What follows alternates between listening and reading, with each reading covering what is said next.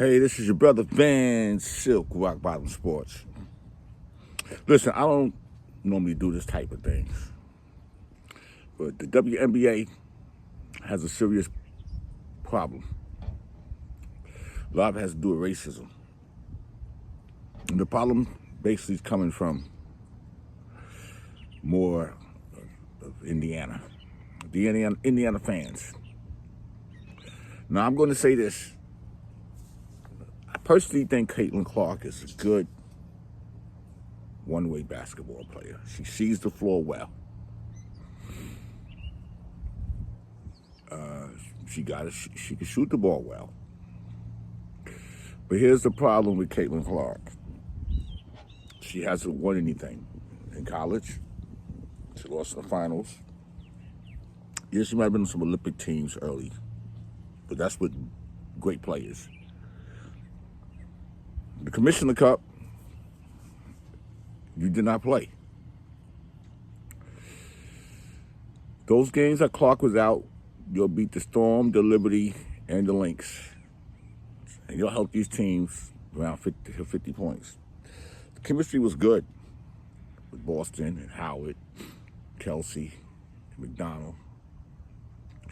Chemistry was great because you know why? Everybody get to play and touch the ball. Everybody's involved. Defensively, they're a better team without Clark on the floor.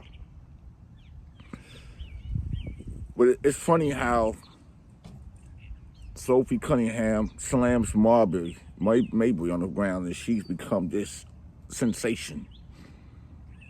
Black players do it, they ghetto. I'm gonna be honest with you. Cunningham and Hull will not be able to start on no team in the WNBA. Because it's Indiana. Indiana is Indiana. Caitlin Clark, Stephanie White should have yesterday let her come off the bench and see how the unit that had built chemistry while she was allegedly hurt play. But once you put Caitlin Clark back in the game as a starter, now everybody have to go to the conscious, oh, we got to get Caitlin the ball, or oh, she got to bring the ball up. Now everybody's basically standing around, because once she get the ball, she just stand there. She is not a Steph Curry. She don't run. She don't have no mid-range game. She lacks on defense. And she need to learn how to play the two. Even though Stephanie started 3 guards, you got to learn how to play the two. That's the same problem LeBron had. Want to have the ball all the time. Clark, everybody done figure the game out. Do you push off with the left hand all the time?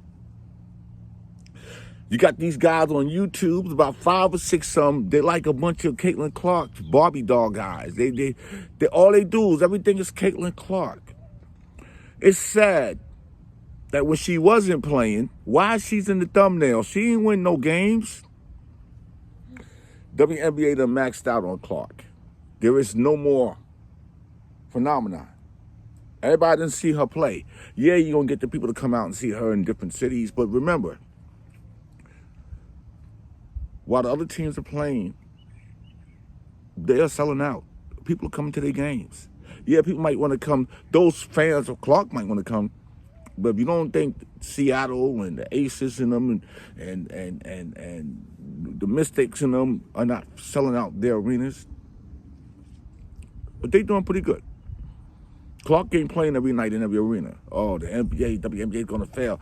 Y'all need to stop not plagiarizing. Y'all need to stop kissing this girl's ass. It's nice when y'all can talk nice about each other. Look at her all-star pickup. She got Kelsey Mitchell on there, but how many real point guards she got on there? Because she wants, being the fact that she's going to be maybe one of the guards that's going to play majority of the game, because we need a point guard.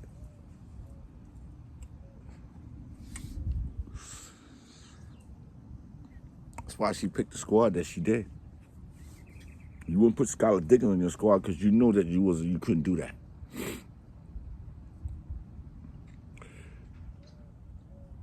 Again, Clark is uncoachable.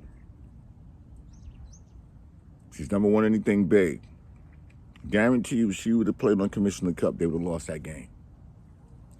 Because you got to look at the team. Everybody's involved. McDonald was getting the ball. Ari was getting the ball to Boston. Howard was picked up the game. Okay? And Mitchell plays better. But when you got this one on the court, she want to bring it up. She can't get a shot off, pushing people off. Then she get the ball up, and then she just stand there and look. Or when she wants the ball and can't get it, she's throwing her hands up. Y'all look at her. Stop giving this girl the glory. The NBA, the WNBA done maxed out the whole Caitlin Clark situation. You're not going to gain any more fans. You got Paige Becker, who came in the league and made friends with a lot of the players. Aggressive, but made friends. Clark is likable, but your management is your problem. Don't get mad that Angel Reese is on the PlayStation, whatever game box that she's on, 2K26. A lot of your fans that are Caitlin Clark fans, y'all need to stop bringing Angel Reese into the conversation. Y'all need to stop making up these fake thumbnails on YouTube. Stop finding faults. Y'all didn't want to fire Stephanie White when they was winning without Caitlin Clark. Caitlin Clark needs to understand that you are part of a league. Yes, you might have the eyes on you, but the eyes are at the window. They done seen you already. There's nothing magical that you can do. The people thinking that they're going to come and see you take 15, 20 3-pointers all night, that's not basketball.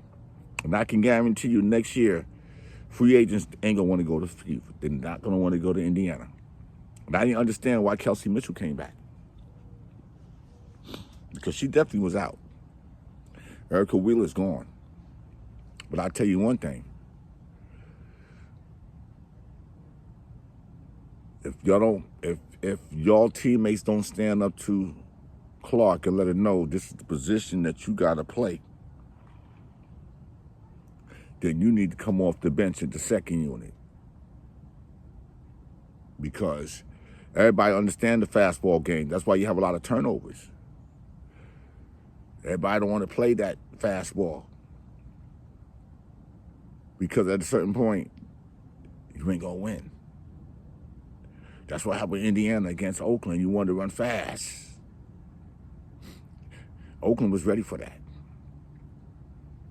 Nothing against Caitlin Clark, but I'm going to tell you one thing. That unit, for those 5 or 6 games that she was out, they might have lost a game or two. Was definitely better and cohesive. Clark need to fit in and stop wanting the ball every possession. Otherwise, your teammates is going to lose interest in playing because they feel you get the ball, your first option, and then after you can't make an option, whatever. Can't run that. Can't run that. All the teams know how to play, and real guards know how to guard it. But I don't know nothing about basketball. I can tell you one thing. The Fever's probably going to be a 7 for 8 seed. Maybe. Because last year, I know the 4 or 5 teams lost. That was already in the playoffs. They were going to be in the playoffs regardless. They lost to the Fever. Seattle, Lynx, Liberty, and what was it? Connecticut or Mercury, one of them teams, they lost. They all lost. Because they didn't lose, Fever wouldn't have been in the playoffs. Because those teams were already set.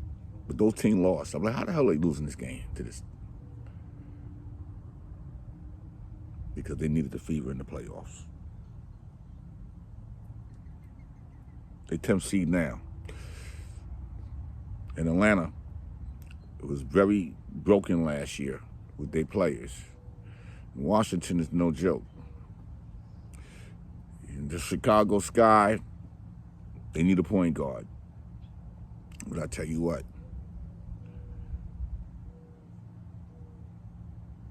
if the Fever only could beat 500 teams and can't beat the team above 500, they'll finish 8th or 9th this year probably. and be bounced out in the first round. Then you have to really look at that team next year of players coming in and see, do we want to play or do we don't want to play? Shout out to Skylar Diggins. Love that girl. Love her game. She's what you call a real true point guard. Even on Neskis from the Liberties, they point guards. They understand the game. There's others, but they understand the game. Plum, understand the game. Rock Bottom Sports, Slap Boxing, I'm out. Look, I think that Indiana is even more dangerous when Caitlin Clark doesn't play because she's a ball-dominant guard. The ball's in her hands a lot, so you know what you need to try to take away. But when you look at Indiana now, they've got so many weapons.